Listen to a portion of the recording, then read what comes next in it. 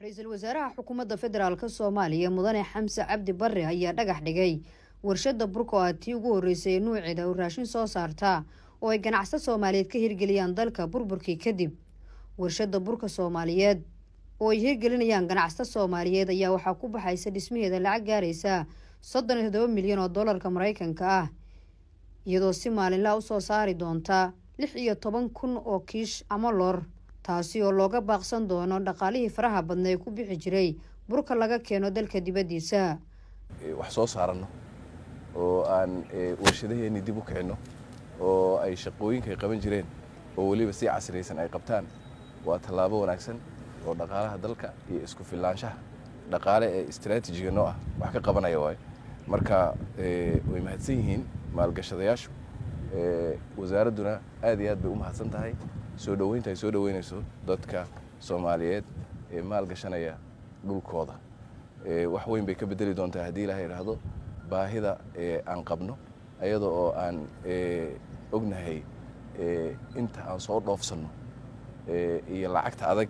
ee inaga baxda bur inaan gudaheena ka soo saarano waxay keeni doontaa hadii Ilaahay raahdo horumar wanaagsan oo dhinacii dhaqaalaha iyo dhinacii bulshadaba ah ayay keeni doontaa Ilaahay idinkiis. ra'iisul wasaaraha xukuumadda federaalka Soomaaliya mudane Xamse Cabdi Barre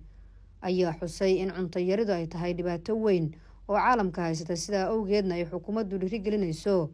maalgashiyada caalamiga iyo kuwa gudaha ee xagga warshadaha iyo wax soo saarka beeraha. waa tallaabo kale oo runtii wanaagsan oo hore loo qaaday in aan maanta aan dhagax dhigayno warshadii burka Soomaaliyeed oo muddo dheer kadib maanta lagu guuleystay in la dhagax dhigo waanu mahadcelinaynaa wasaaradda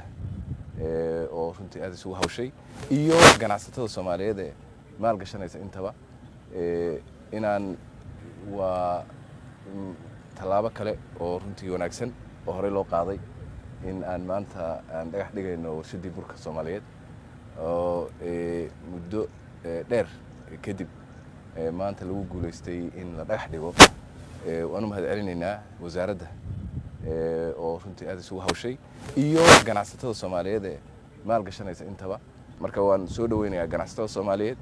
iyo ganacsatada aan Soomaali ahaynba inay wadankan ay maalgashadaan oo soo dhaweynaa. wasiirka ganacsiga iyo warshadaha ee xukuumadda federaalka Soomaaliya ayaa tilmaamay muhiimadda ay leedahay warshadan oo ay maalgashanayaan ganacsato Soomaaliyeed. maanta halkaan u nimid dabcan inaan dhagax dhigno warshada burka ee Soomaaliya ilaahay idinkiisa ilaahay wuu noo fududeeyay saakiin aan halkaan ku dhagax dhigno laga soo bilaabo muddo 30 sano ah waa markii ugu horeysay dabcan la dhagax dhigo burburkii kadib warshad bur ee dalkan uu yeesho ilaahay idinkiisa waxaana hirgeliyay ganacsato Soomaaliyeed ilaahay u fududeeyay inta hartay ilaahay idinkiisa waxaan sidoo kale ugu baaqaynaa ganacsatada kale ee waxaysata inay dalkooda maalgashtaan hadana wasaaradda ganacsiga iyo warshadaha waxaan insha Allah diyaar u lanahay